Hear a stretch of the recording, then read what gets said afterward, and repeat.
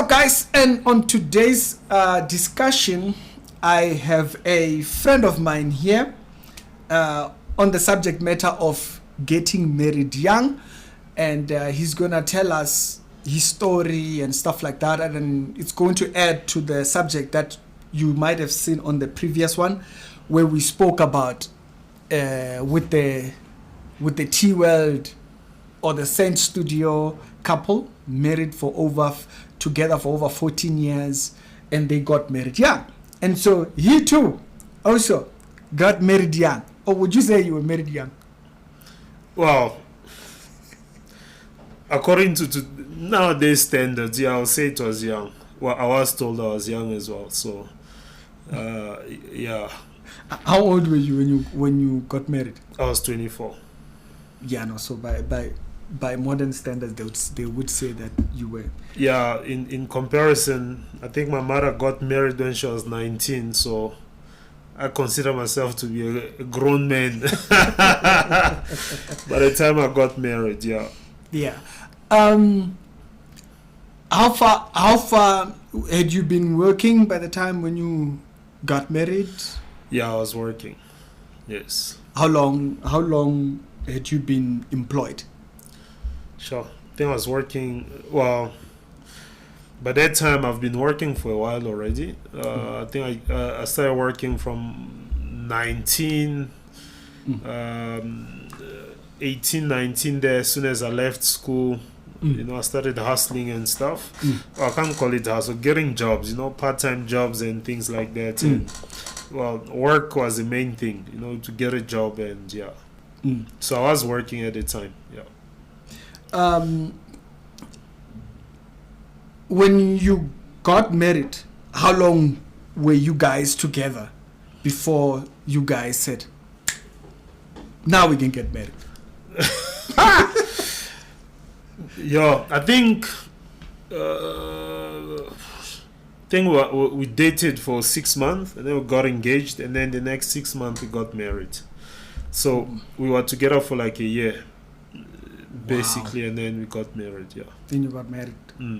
Was the light bulb moment for you that said, I think we're ready? Was there? Well, the funny story is, I don't know when this, I was actually having a moment with my wife. I don't even remember why, but there was a whole topic around pickup lines, right? And my pickup line was that I'm gonna make you my wife. That was my pickup line. You get what I'm saying? And truth, Bob, I made him my wife. Yeah, I think when I met my wife, I just knew. Yeah. Yeah, but by that time, I was no longer interested in dating. I was not looking for a 6-month relationship. I was not lonely. I wasn't looking for, and then she just popped out and filled that's just, yeah, she was just different. Yeah. So wow, interesting. Yes. Now also another very interesting part of you guys' marriage, you and your wife. You are Congolese. Yes. Your wife is Xhosa. She's Xhosa. Yes. Yeah. So she's Xhosa. So guys, all those things. And you guys been married how long? So we're heading for 12 years now. Yeah. You're married for 12 years now. Yes, in December it will be 12 years. Yeah. No, so that dispels for all those people that were saying, me. I would never tell you that. Yeah, married 12 years now. Yeah. With how many kids? How many kids do you guys have? We have 4 kids, which I believe is a minimum amount of kids a Christian should have. Right? Biblically. It's biblical. I'm telling you. I mean, in Genesis, it's not just biblical, it's mathematical. Okay. If you literally take God's words in Genesis, where He says, "You guys should be fruitful and multiply." Yeah. If we have to mathematically take it into consideration that the two people, when you multiply 2 by 2, you get 4. I mean, if you have one child, you are subtracting from the population, because when the both of you die, you only leave one. If you have 2, you get You have maintaining. two, No, if you have 2 kids, you are maintaining. Because when the 2 of you die, then there's 2 others that you left behind. You get me? If you have 3, you are adding. Because now there was 2 of you, and then there's 1 more left behind. You get. It is only when you have 4 that you've started multiplying. Yeah. Any number below that, it's an abomination. I'm joking. It's like, you know. You had it DFS. They say multiply. Don't just have one. No, I'm kidding. I'm just. I mean, yeah. Yeah, you just happen to have 4 kids. No, it's we wanted 4 kids. You wanted 4 kids. Yeah. So it was, you planned to say, okay, no, this is the. Yeah, this is the. Well, we you were not there plan. doing. Basically, you were not doing. Well, so this is not something we discussed beforehand and say we are planning to have 4 kids or so forth. It's just when you had 4 kids, you were like, yeah. Yeah, I feel like I've achieved fatherhood. Yes. Minimum requirements by God. Yes. Okay. So, your kids, do your kids take names from your parents, or it's just you just gave them names that you felt, yeah, no, I love this name for my child. Yeah. So the names, we've given them biblical names. Yeah. Yeah, so that's what we did. Okay. Yeah, we Old Testament, and we mix them. So the first our firstborn, his name is Micah. All right, Micah. Micah. He must be a big boy. I haven't seen him in a minute. But yeah, no, he is. He's 10 years old now, so he feels like he's big as well. So it's all good. Yeah. You agree with me? Yeah, I'm like, well, that's how you give them responsibilities, because you said you are big. Go wash the dishes. Yeah, now you can wash dishes. You get me?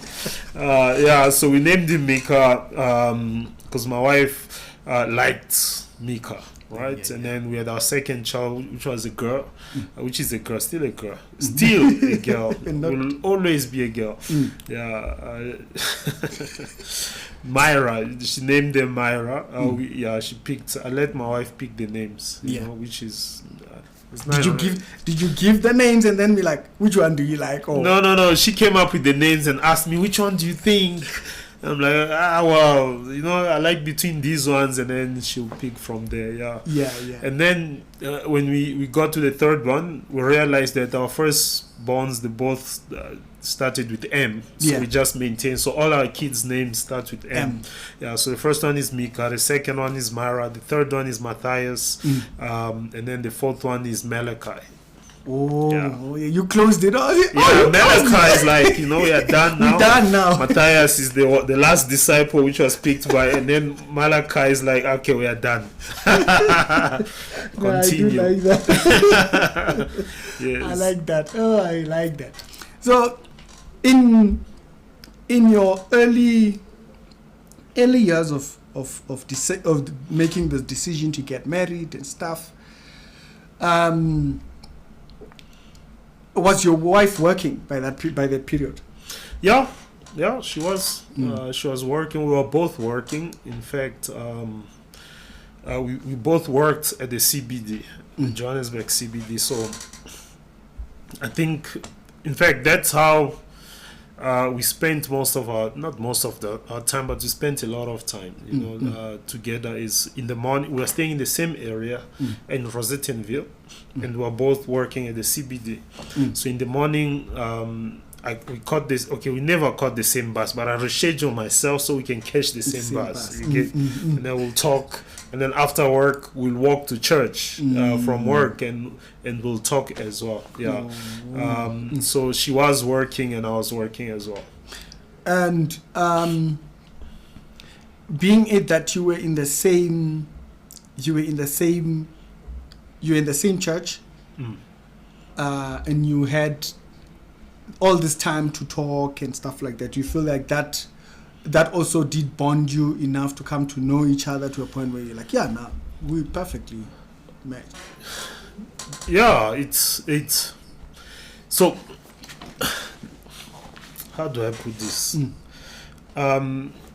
So just a quick thing with my wife, just like with us, is yes, the church was like, because at the time I spent a lot of times at church. I did, during the times, but obviously I had changed my ways. You know, I mean, you know how we were like in high school. We were crazy in high school. Went to the same school and so forth. Yeah, and then I think you had your encounter while you are still in school. Yeah. Me, I think I had a proper encounter after school. For me, it was Taune. Remember Taune, the kid that jumped. Oh yes. Yeah. That for me was the moment when I was like, Jesus, life is short, man. That's a moment that I started thinking about things like that. I mean, Sigma called me and he was like hysterical and stuff like that, and I'm like, are you serious? And then a week later we were going back to school because we just finished the holidays. And then I'm hearing the story from Manda and stuff, and he explained, this is what happened. That really got me deep. The passing of that kid got me deep. Sure. For you, what? Well, me, I was in school then, so I think I just left. You guys, you are still in school. For me, it's, I think I don't even know who said this. I must go and research on who's the actual the guy who said this statement at first. He said that there's the two most important days of your life, right? The first day is when you are born. The second is the day you know why. All right. Oh, yeah. Yes, when you know why. And for me, I had my why moment. I think it was in 2009. Was it 2000? Yeah, I think it was 2009. 2009. We practically got born again the same period. So I wasn't born again. You just there's so many moment of repentance that but when I had my burning bush moment, I can call it that, you know, like I always went to church. I knew that you can't do this, you shouldn't do that. I gave my life, you know, I think I personally gave my life around 2008. And in 2009 I had like my burning fire moment, you know. And then after that I knew I like had an epiphany. Yes, no, I had a conviction. I had a why. I knew I had a burning desire in me. It was like just do the right. No, it's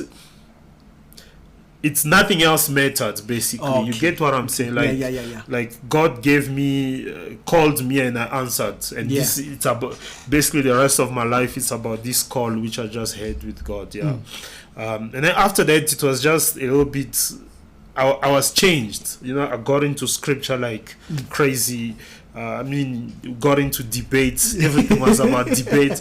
Remember, we used to have those group sessions, and it would just be mad. It was just you lie. This is what the Bible says. And then one day we drew a lot of. There'll be a lot of people. I'd like flip. Yeah, it was hectic, man. Those days were crazy. I remember when we were debating hip hop gospel. Yes. You know, all sort of stuff, man. All sort of. So I was in that zone, and I went. So what I started doing is I started. I took an atheist role basically whenever I read scripture, and try to understand it from a perspective of someone who didn't believe. So that kind of messed me up because not messed me up in a bad way, but it made me look bad in front of many Christians who like they'll be debating with a Christian, but I wouldn't sound Christian. You get what I'm saying? And that messed them up because like flip this guy. So one day I was in the bus. We were going to at the church we used to do events. We were going to one of the church events, and in the church bus I was talking to this one girl. Yeah. And I messed her up, man. Like she was like how, like you're a church leader, or like she was just like stuck. Yeah. And then she was just a girl in the. My wife was in there. Then I didn't, she just. And then she stood up and she corrected me. And then I said there, I'm like, this is the first time You've been confronted. I've been confronted like this, and I feel like I was properly confronted. You get what I'm saying? And that's when I got her attention, And then speaking to her after that's your wife. Yeah, that's my wife. Oh, yeah. No, I was talking to someone else, and when the she other person, noticed. she was, and then she noticed and she jumped in to rescue the other person, like, bruv, you're lying to the girl, man. You can't, this, that. Yeah. And then, and then we started talking, and I just realized that this person was thinking a lot like me, you know? Like, she's not wishy-washy. She knows, she understands herself, she has confidence in the Bible. You get what I'm saying? And from then on it was just like why not? Like it made sense. It made sense. It fell into place. You get what I'm saying? Yeah. And you guys got married? Was it a budget wedding? Well, we did with what we could do. Yeah. It wasn't budget. Well, the budget was there. I don't know how much is how much proper, is budget. Wedding. There was a lot of favors. I'm not gonna lie. My wife's dress. She got it like at a 10% amount. Discount. Yeah. She bought the She the bought dress the dress for 10% of what it could have been worth, and simply because I think I don't remember the exact, because she was going out there with someone. I think she just went to the person when that person was having a good day, and then same thing happened. I mean, we got married at the golf estates thing, and she got a ridiculous discount because. Once again, just the manager was in a good mood. It's like, what? Yeah, and then, because I remember when she was going for the dress and she was sending me all this costume, I'm like, woman, like, what are these amounts you are hitting me with? You understand? And then the one day she told me, no, she got a dress, and I'm thinking, this is going to be hectic. No, she told me the amount, I'm like, you're lying. You are lying. And also with the golf estate thing. And on top of that, so we got married in 2012, right? So there was the whole thing of the Mayan calendar that ending. It's ending on the 12th of December. On that day is when we got married as well. So on the 12th of December 2012, so it's 12 we got married. We picked that day, it was available, and because of that the manager also gave us a huge discount on that. And so you guys didn't just disprove a lying prophecy. Yes. I remember the pastor, my pastor there, when he was marrying us, making the joke that, Patrick, if the world ended, at least you got married. At least you got married. That's gonna be the title of the video. You got married. End of the world. I like it. Right. That's a dope title, like that. So and how far after you guys got married did you guys have your first child, Michael? So I think we had our first child in our second year. No, not that I think. It makes sense. Yeah, second year. Yeah. That is so he was born in the second year, meaning she fell pregnant in the first year. So in the immediate, basically. not honeymoon, but you get what I'm saying. That's so. And after oh my goodness, so that I just put thinking. Anyways, it added something that is not supposed to be there. Anyways, let me just switch it over to this. All right. So, and then after you guys had your first child, did you guys have moment where you guys had to question your financial capability to handle within that first with the first child? Because I'm guessing by the time you have the second child, you figured out how you're gonna maneuver your finances. Yeah, no, definitely.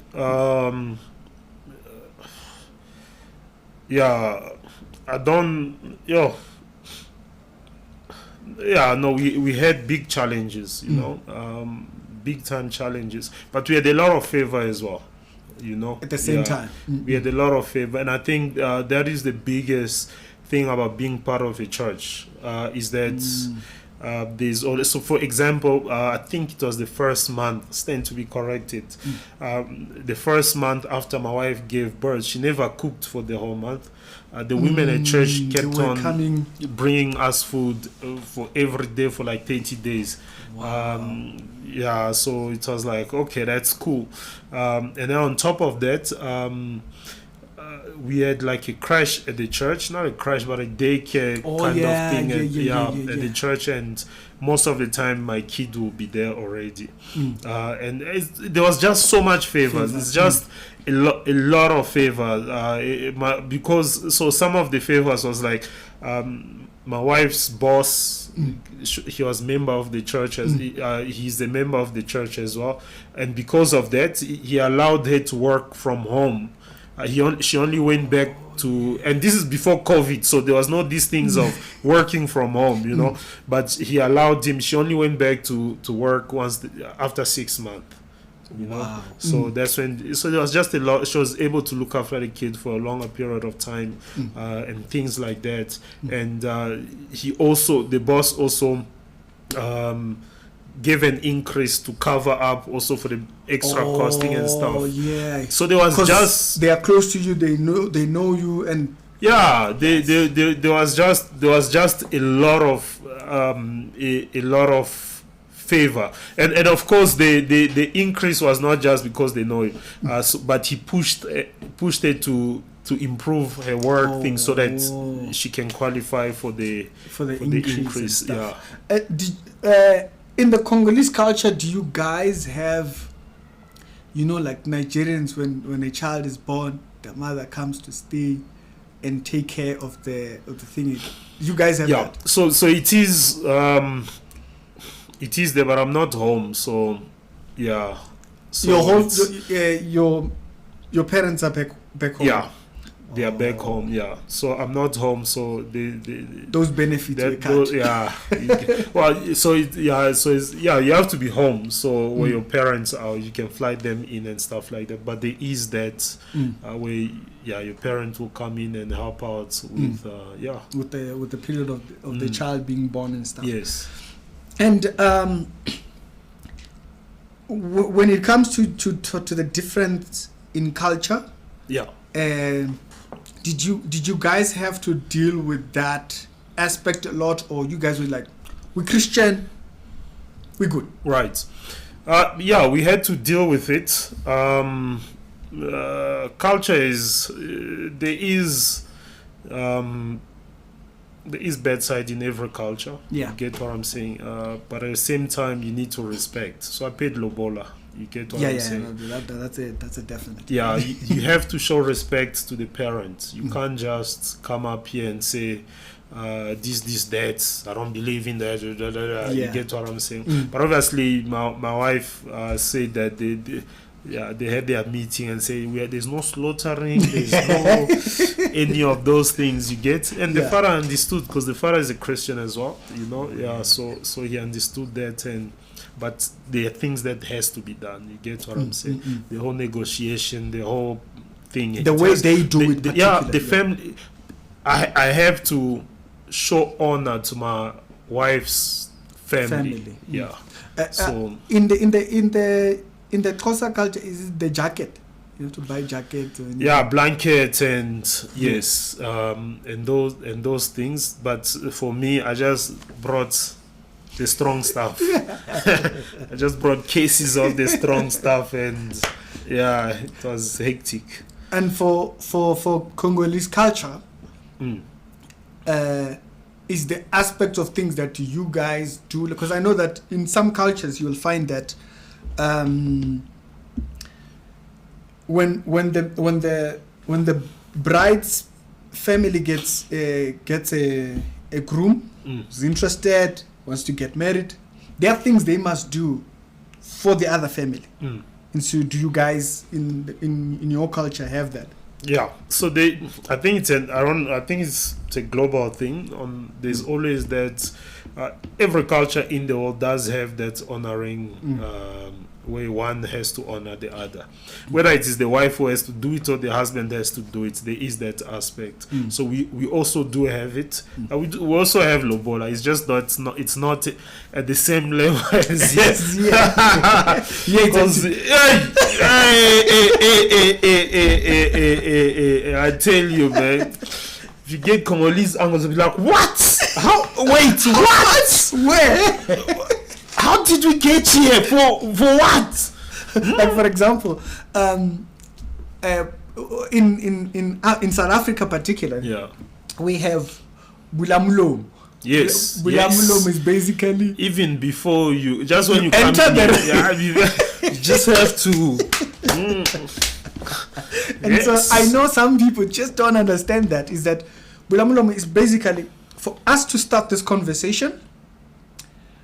We need you to know this is our house. You're going to abide by our rules. And so before you even enter, you gotta stand at the door. As a matter of fact, if you come in and then you just enter, they might actually fine you. True. True stuff. I remember going to one of my friends' Lobola negotiation. Was it at Limpopo? I think it was Limpopo there. And one of the things I told the Congolese uncles before, I said, just make changes of 10 rand. Just bring a lot of 10 rand. I promise you, we'll use it. And then, we got there. This lady was sweeping the yard. I'm like, oh my goodness, it's this hectic. It's real. Then, we just started throwing. Until she stopped, I was like, that's the stuff. For some people, that they feel like it's off. But I think, like you said, you have to respect that this is an aspect of their culture. It's not taboo, man. Yes. Some people, when they become Christian, they want to make lobola taboo. And I'm like... Yeah, it's not. When I just don't know. I don't see it as that personally. I don't want to point fingers. I think we just get these religious Christians. You know what I'm saying? Who they don't read the Bible. They look at the Bible. You know what I'm saying? So I was speaking, and I was speaking to someone during this week. And I asked them. I said, how many kids did Abraham have? Right, they tell me 2. I'm like, are you sure? Abraham didn't have 2 kids. It's like, no, Abraham had 2 kids. 2 sons. Isaac and what was the Ishmael. Those are the kids of Abraham. I'm like, no, man, Abraham didn't just have 2 kids, man. Like, no, 2 kids. And now we check. Abraham had like 6 kids. You get what I'm saying? But if you don't read, you'll never get to that. You'll never get to that part. If you and there's nothing wrong with preachers preaching about the 2 kids. It's a very significant. The center of the Bible. It's a very significant milestone in the Bible. That what happens there. But there's so much else that happens there that until you decide to read the Bible yourself, you won't get. And there's so much meat in it. And you stop looking. You start reading. When you read, for example, let's talk about Jesus turning water into wine. Why was there even a wedding there? Who carries the cost of that wedding? Do you get what I'm saying? There's so many questions which until you start reading, you actually won't see those details. And even the context of our salvation is presented like a wedding. True. And not only a wedding, it's presented as a wedding with a bride price. True that. And if you don't read the context, and it's I mean, let's not get off philosophical and stuff. This is about We'll marriage. just leave them. We'll just leave. Like Christianity, and this is the thing, right? Christianity does not replace your culture. Christianity supersedes your culture. It's above your culture. Do you get what I'm saying? But it does not change your. You get what I'm saying? So for example, just because you're a Christian now, it doesn't mean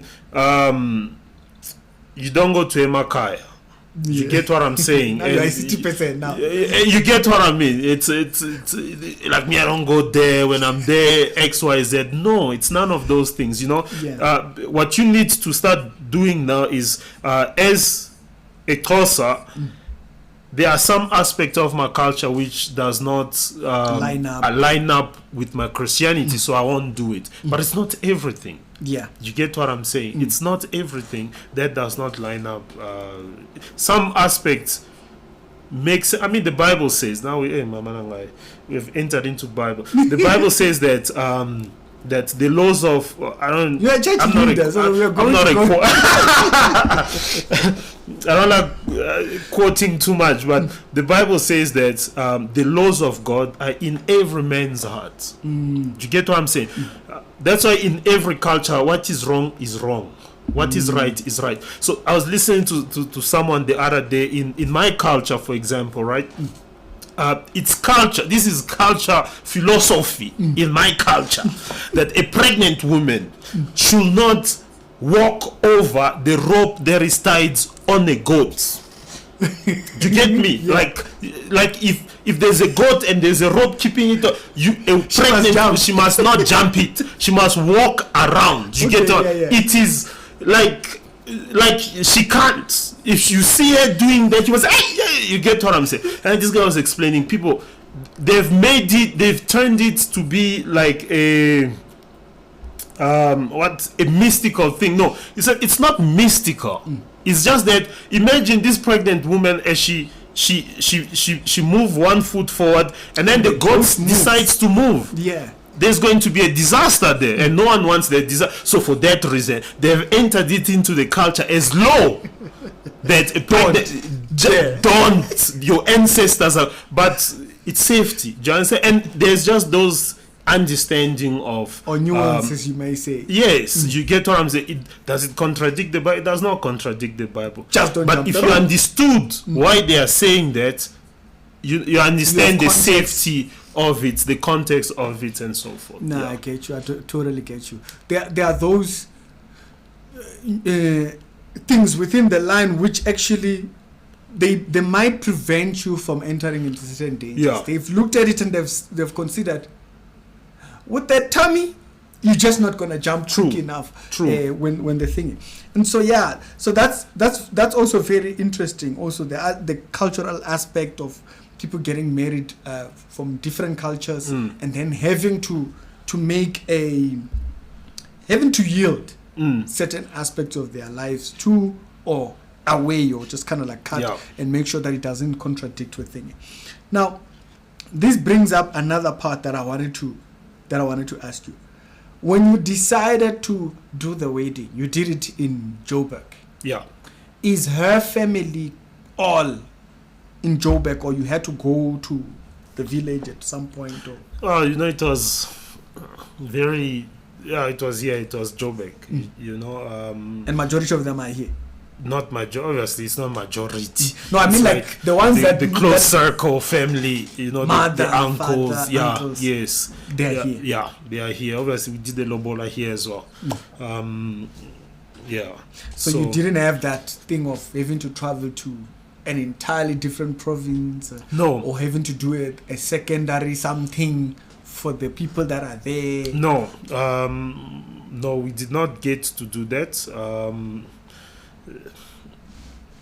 For many reasons. I think one of the reasons was just budget. You get what I'm saying? Yeah, it's just gonna cut into if they can't make it here. It's just and what my father-in-law did is he got as many of them as he could decide for the wedding. And I think one of the most important thing is for many parents is that their daughter is still married. You get what I'm saying? Like, it's a very sad thing, you know. It's a very sad thing that when my wife speaks to, maybe they'll have she'll have visitors from, you know, aunts, you know, aunts, grand aunts and stuff, and one of the things that they'll just say to her is that we are proud that you are still married. Do you get what I'm saying? Yeah, we are, and you are happy. You are not just married, but you are happily married. You look happy. Do you get what I'm saying? Yeah. Okay. You mean as in she's taken on the role of a wife and not self-preserved, because or longevity of the marriage, is that what they're talking about? Yes. So what I'm talking about, that is the biggest honor that comes to the family. Oh yeah. Sorry, that's what I meant by that. Is it's not. I mean, some of those aunts that says that, I don't think they were at my wedding. You get what I mean? We went. I remember the first time I went to Eastern Cape to the the place there where like everyone knew about me. I didn't know the people. You get what I'm saying? Yeah, I've never been there, but they've heard about me, and they were so happy to receive me. You know, I think I don't remember, but I think the grandparents couldn't make it because one of them was sick. But they were so dudes. They had like a room which they built just for me when I was coming. I'm like, whoa, this is hectic. But there was such honor in that, and I believe that for parents, that's where their biggest honor is. It doesn't help that a bruv came and paid 120,000 rent for your daughter, had a huge wedding, and then 2 years down the line, they are divorced and leaving your daughter behind with 2 kids, and you get that. There's no honor in that. What else? You get what I'm saying. A bruv can come, you know. Can't even speak Xhosa. By the way, brav means brother. A dude, yes. I mean, a brew. Yeah, you know. And so I get you. And I'll say that for a lot of young guys is when you're getting married, you should think of the honor that you're bringing to your family. To your parents, to your spouse's parents. You get what I'm saying? There's just so much honor that you bring to them, which I just can't explain it until you're speechless. You only see it when you see them, the joy that they have for you know, like just so one of the thing is when I wanted to get married, I spoke to my family. They're like, you want to get... First of all, like, you're young, man. Like, come on. You're like, are you sure? Hey. Now that I told them she's Xhosa, like, whoa. This is now like...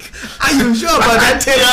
Like I never thought of, you know, like, just that an issue or what. Picture that people have. Yes, you get what I'm saying. But nowadays, like, my wife and my family is like, it's like one family. She's a child of the house. You get the environment, because the environment is not the same.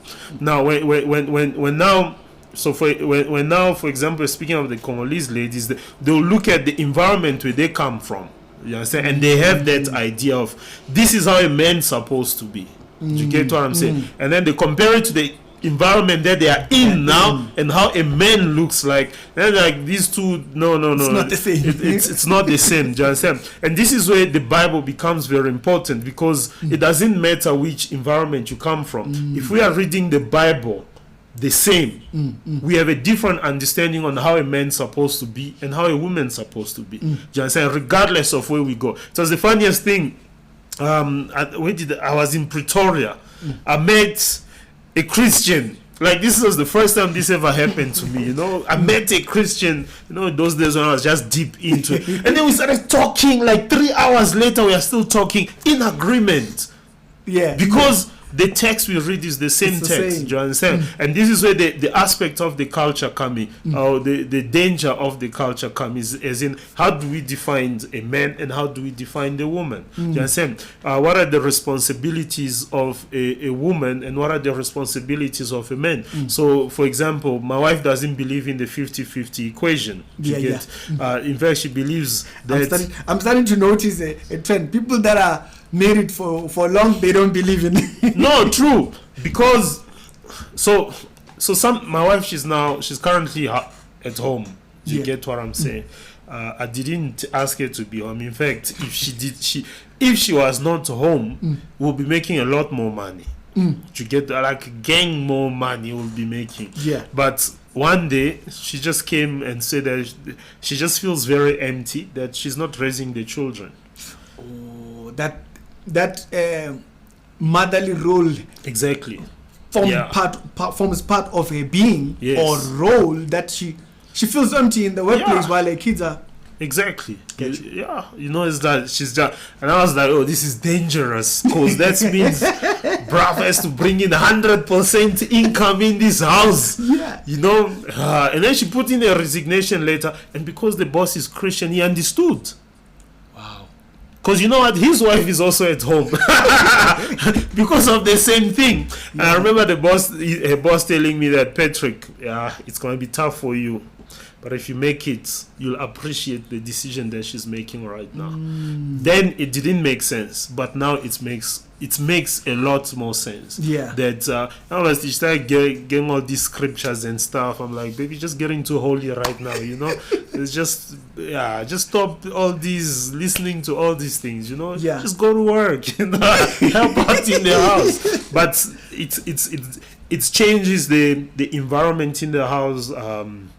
And I'm not saying that all wives must stay. I'm not saying that. I'm just saying what I'm saying. You get what I'm saying. Your thing. So deal with yours. Okay? Exactly. Leave others to help theirs, because that's what sustained them to 14 years. Your role in marriage. You get what I'm saying? You have to understand that. Now, my wife, she's if you want a strong black woman, my wife is that. Do you understand? Like she's I've had situations where, now she's a housewife, but I've had situations where women directors of big companies who come to sit with my wife for counseling. You get what I'm saying? So when I'm talking about, I'm not talking about the money. I'm talking about you just knowing who you are, understanding your role in this marriage. What is my role?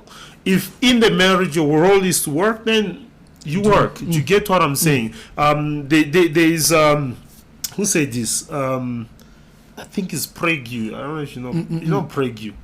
Pastor. No, he's a no, he's not a pastor. He's a Jewish. He's not even a scholar. He's a scholar, but wait, where did I hear this? I think they had this. Not. I feel like we are just talking. This is not. It's within the all right. Is this within the context? Yes. Okay, cool. So Jordan Peterson, I think So he had this roundtable session when they were discussing the Exodus. They had that Exodus thing. I think it was like one of the third episodes. I don't even know how they ended up there, but this guy dropped something that just shook me up. Shook me up in a way that it makes sense. Like this solidified it. He said that in Genesis 2 verse 3, where God is making a woman, he says that the translation is not properly translated into English. You cannot. It's one of those cultural things where the way it was written, you have to go into the culture for you to understand what the meaning of it. It says, when God says that, and for a man there was no comparable partner. Amongst the creation. Yes, amongst the creation. He says that the actual words there is not is an opposite force. It opposed. There was no correct. There was nothing to oppose man in the whole of creation. Because he's in authority. So he was alone, not lonely. He was alone because he did not have anything to oppose or anything that is of same quality. In terms of authority, there was nothing that can hold the authority. You get, there's no, like, I don't even know how to explain it. No, but like everything is under his subjection, and so there is nothing that really. So it's not that. It's not that. Basically, you're saying in the whole of creation, there was nothing that will say no to men.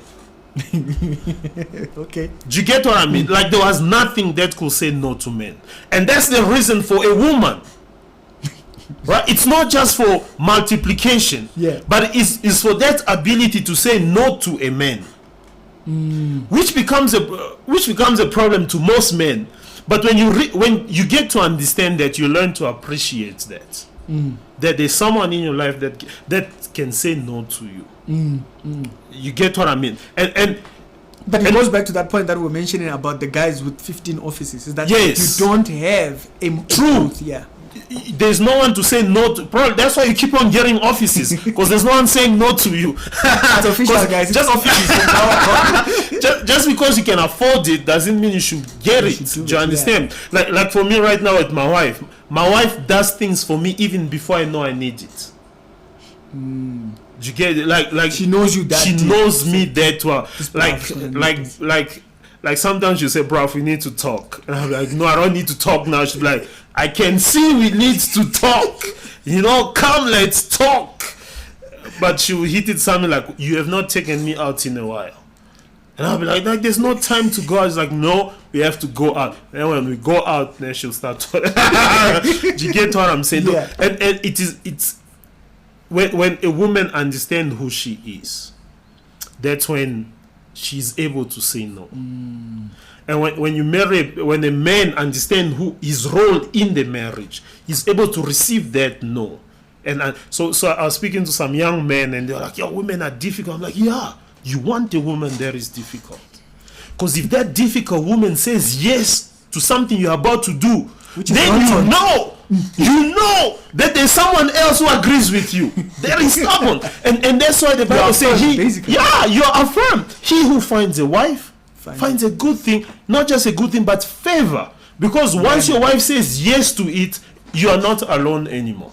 There's now two of you in that agreement. And when it flops, you have both flopped. But also if you think about when the Bible says, if you are there busy and there's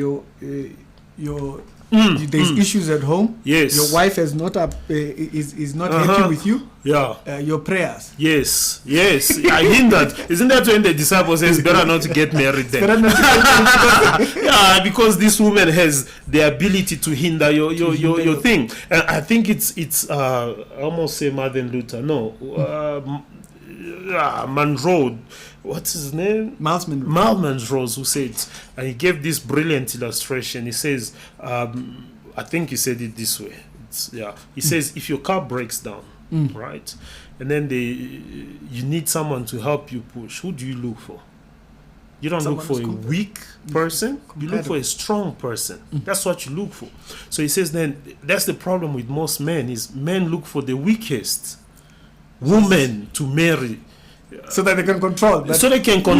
But when you're in trouble, they can't help you push.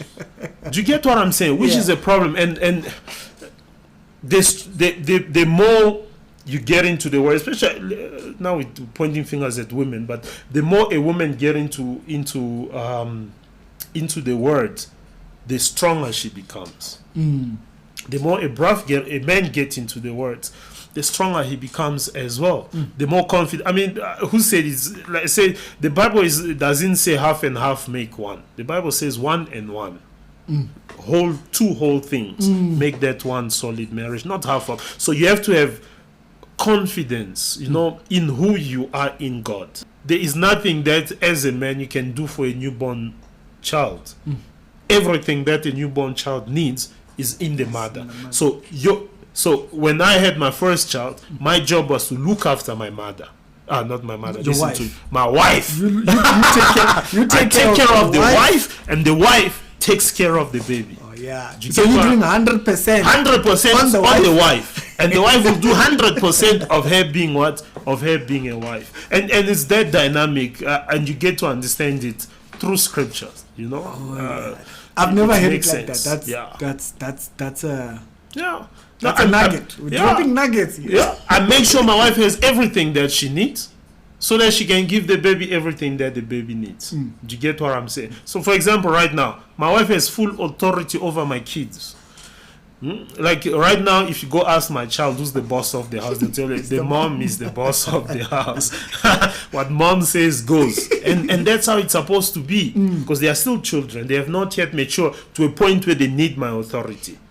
Do you understand? Everything that a lot of things that they need right now, they get from their mom. You understand? But everything that their mom needs, she gets from me. Do you get what I'm saying? But my kids shouldn't have the bridge to come to me, like, because the kids get to do that, where they'll ask the mom something, mom will say no, and they'll come to the dad. But because the dad is so busy, he'll say, yeah, you can just do it, and the mom, so everything, the mom is the boss of the house, and I'm fine with that.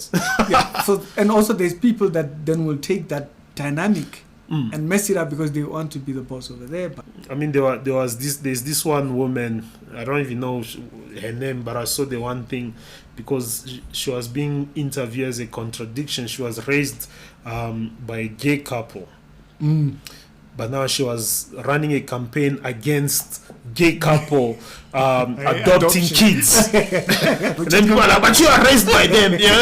But it's not right. You don't understand. Like, those things just fall into place, Like, I've come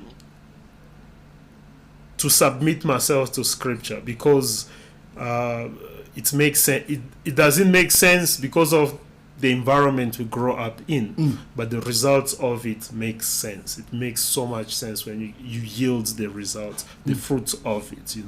It's much whole. It's a lot, guys. I don't know, man. I think that's a whole conversation there. And so it's great that we got to have a bit of insight of how you guys have managed for how many years? Going for 12, over 11 years. Yeah, so I think we are striking a balance here. We almost interviewing people over 10 years. Over 10 years. Over 10 years. Over 10 years. And you've dealt with the emotions. Yes. You've dealt with all these things, and now there's a maturity to how we deal with things. And like I said, the thing that you're mentioning now of the 100% focus it on the wife. Yeah.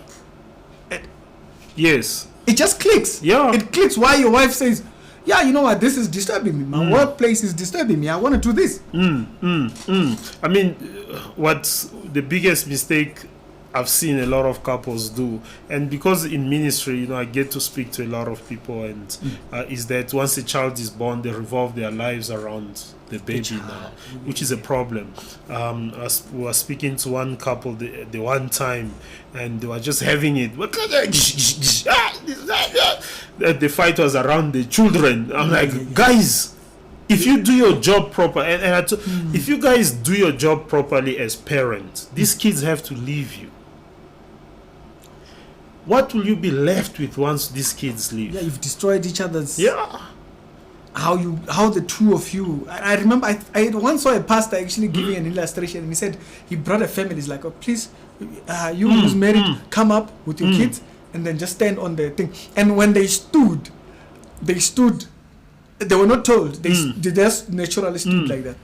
A father this side, the mother this side, and the kids were in between. And he says, you see right there, I did not orchestrate this, but look at what they've just done. They've made a huge mistake because they have put the kids right in the center. Yeah. So it's the two of you before the kids. Yeah, it's very important there. And this is where I had privilege, I guess. I hope you were able to help that couple. Right? No, definitely.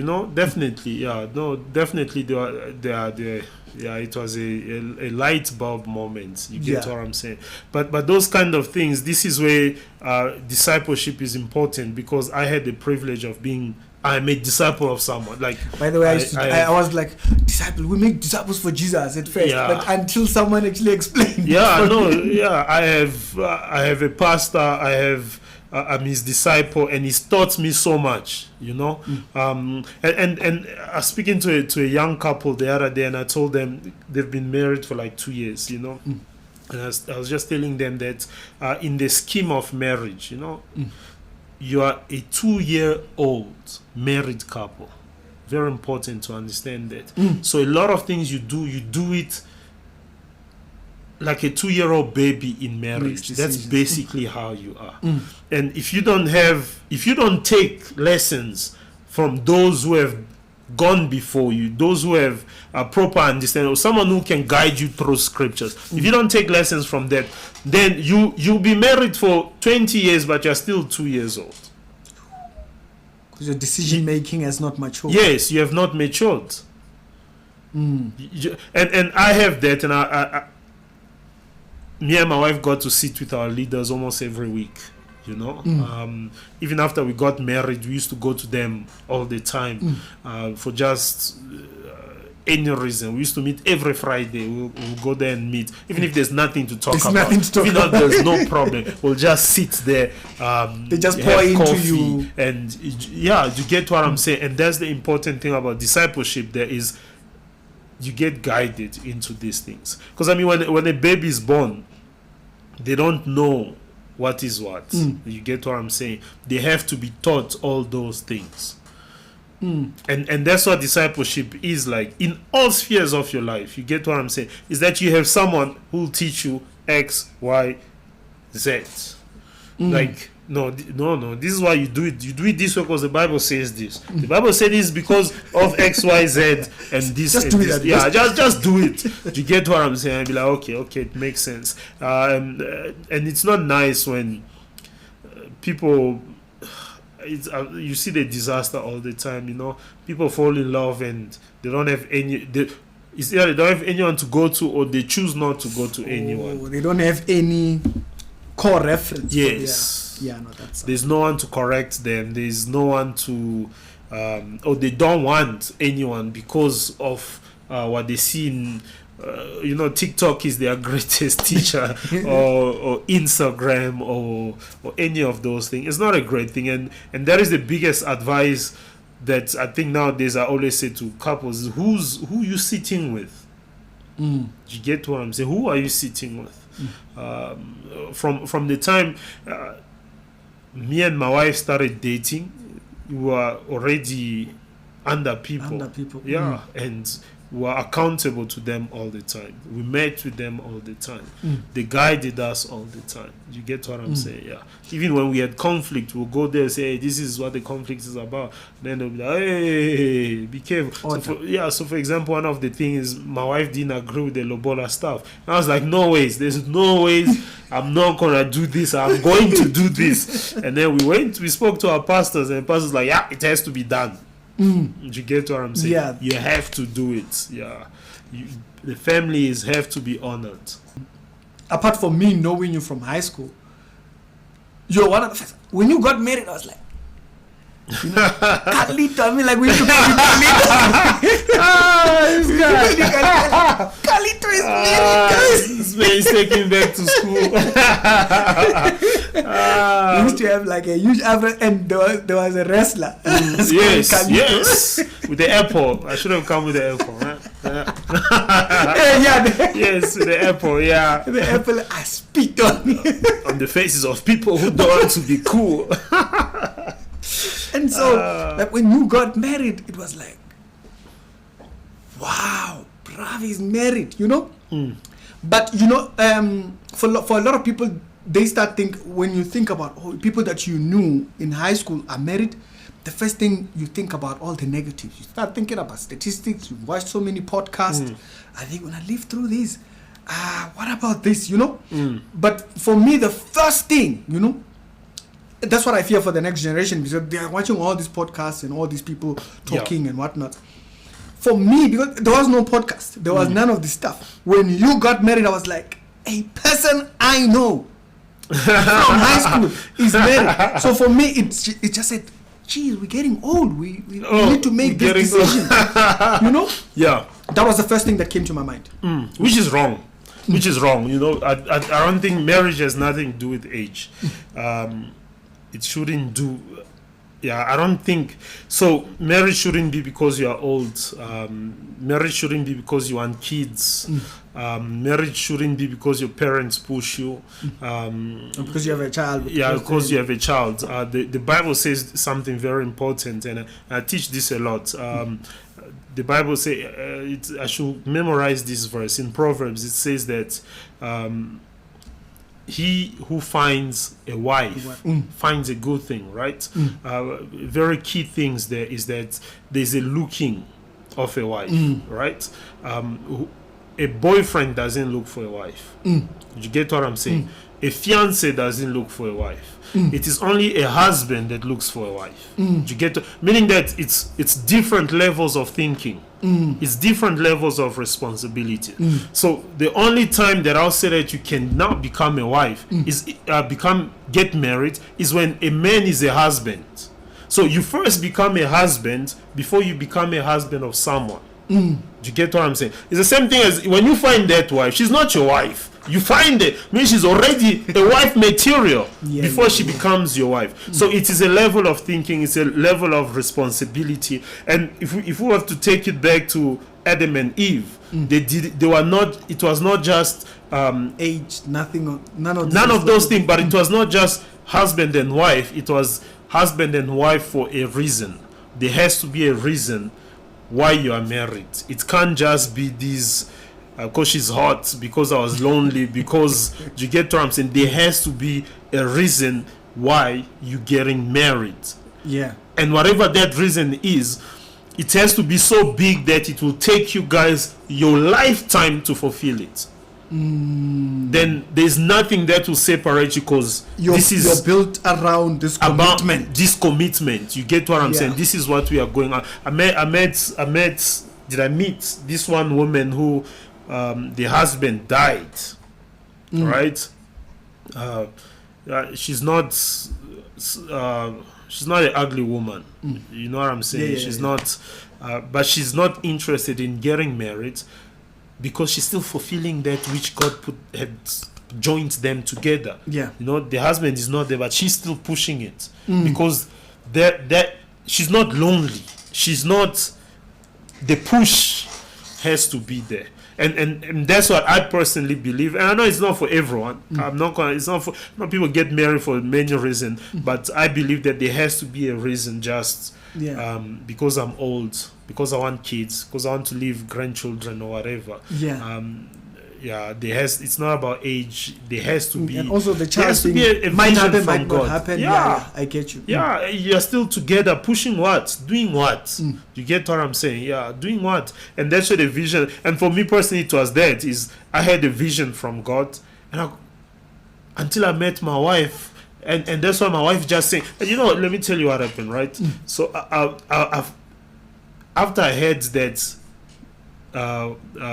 What am I saying? Bush encounter there with God that just that thing messed me up. Messed me up badly. I think if I didn't have that, I would have been somewhere else in life. You get what I'm saying? I'll probably be in USA, making money somewhere. You get what I'm saying? Yeah, with the skills. Yeah, that you have. Yeah, I would have, and I've had to put away a lot of things because they just contradict with the burning. A lot of time I'll meet girls and we'll speak vision. Like I was no longer interested in, we'll speak vision, and they'll just be turned off by what, the vision. The language I'm talking is just like, bruv, this is not the way, And then when I met my wife, for me that was always it. Like when I okay, cool. Then we start talking and I'll start throwing it before I waste my time. I don't have time to waste. And then when I threw it at her, she sent it back to me cooked. She gave you a full out of. Do you get what I'm saying? That's the Ice Monroe thing. Yeah, you get what I'm saying. It is. He says that also. And then she added to it. Yeah. She showed me things which I didn't think of. Yeah. And I was like, flip. I'm done. Like I'm finished. Like I'm finished. I'm complete. I have. You get what I'm saying? Because if she understand me from what I'm willing to die for, then she understands your commitment. She understands what your everyday drive is. She understands why when you're like in the middle of the night. But more than that, she has taken it with. I mean, there's tough times. I'm not gonna lie. It's tough times where I'm like, yo, this thing is not gonna work out. It's not gonna work out. Yeah. You get what I'm saying? And then she'll come back to me and say, baby, but I thought you said that this was from God. Yeah. And I'm like, yeah, it is like so. Just let's go pray fast about it. Do the things that needs to be done, and God will provide for it. Yeah. You know, because if she was not sold into it, she wouldn't. She'll tell me to, baby, you still have that proposal from US? I'll be like, I still have that email. You wanna respond to them? Let's respond and go. Sermon series, and he taught this thing. He says, submission. There's a word mission in submission. You know, and he was just saying that if a woman is to submit, what is the mission she's submitting to? She can't just be submitting to you because you're a man, because you married her. You get what I'm saying? There has to be a mission that she's submitting to, and she has to have that. And I always encourage guys, and obviously women as well. Always, guys don't like it a lot when I say it in front of women, but the first thing that the women should ask a man is, what is he willing to die for? What's your conviction? What is your conviction? You know, what are you willing to die for? Because if that's not in line with you as a woman, there's no need. Leave the six pack, leave the handsomeness. Forget about the Instagram photos. Let's talk about a lifetime. I mean, I say if a guy can't give you his plans for life, then he can't commit to you for life.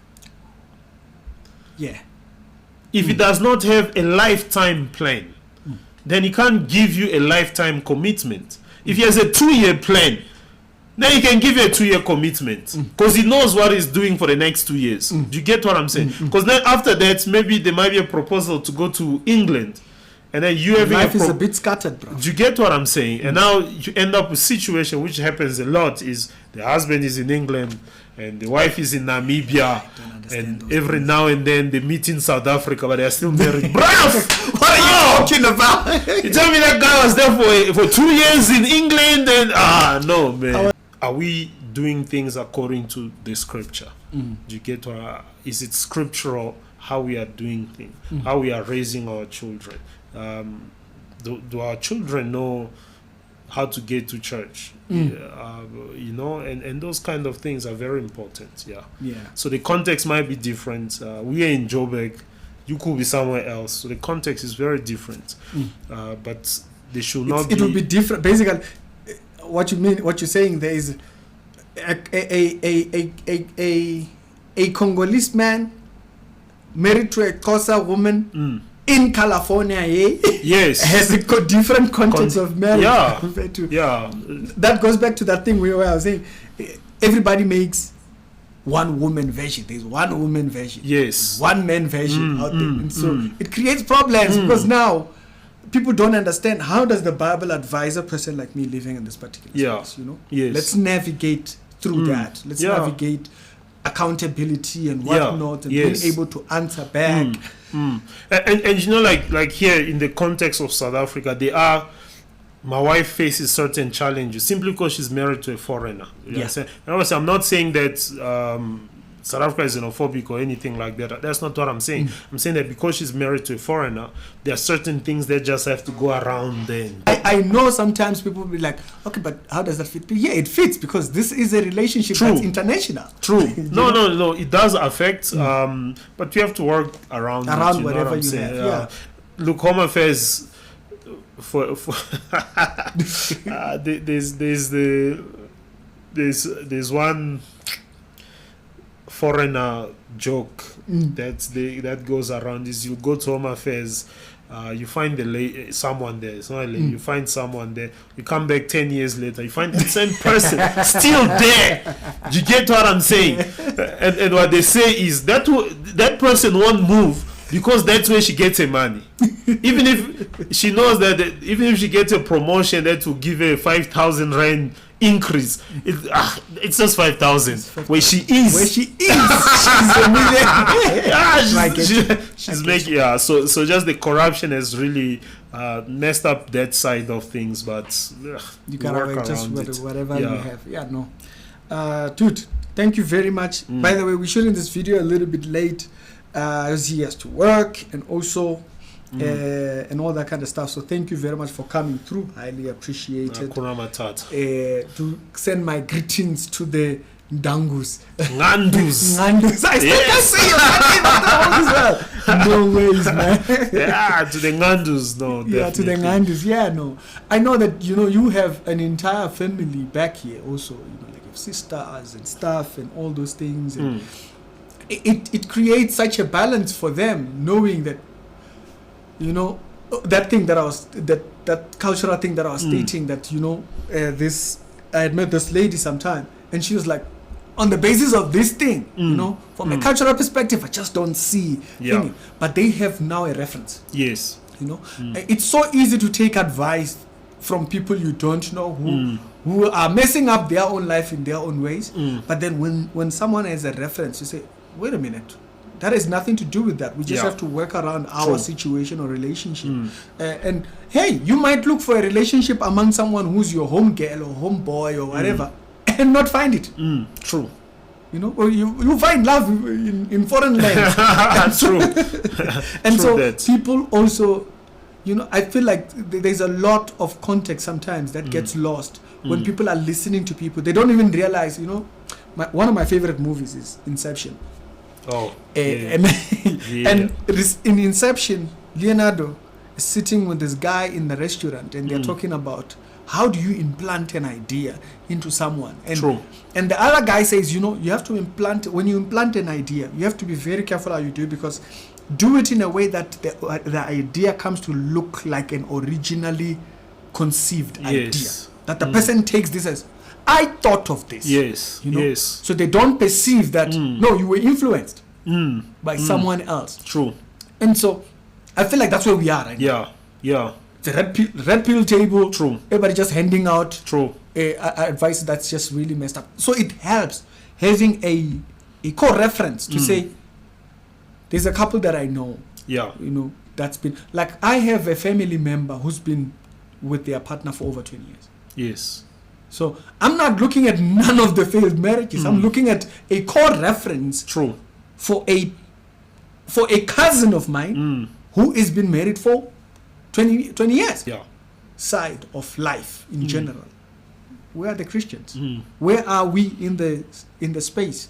Where are the successful marriages? I know a lot of you guys who have very successful marriages are not social media people. True. I've noticed it. And these ones are just taking pictures all the time. Of course, there's an exception to the rule. But not everybody is not all of us. Not all our conversations are out there. And so that's why let's have this conversation when we get the chance. We don't have to always be there. You have no idea how one point of decision or you stating your decision helps another person. Like for me, like I stated, when you got married, I was like, hey, bruv, I know he's married. No. Which means that we're getting, True. But it gave me that I had a reference now, I know I mentioned the age thing, but it was that thing that I had a reference. Someone that was that close to me that's now married. And so, guys, let's go back to those stories. Too many voices. True. But remember the true voices that exist out there. Remember the apostles also made the same claim. They said, have those in reference who live a life as an example, that we are. Basically, I'm not quoting the verse properly, but it says it within that space to say, have people within authority or people that speak over your life and stuff like that have us as an example. And so, because why? Too many charlatans, you listen to those people, you go the opposite direction. But who is it that you see within the scriptural space who gives you a perfect example let's keep those ones in Yeah. our sight. It's Ricky. I'll have a good one. Thank you very much to the To the Ngandu. Ngandu.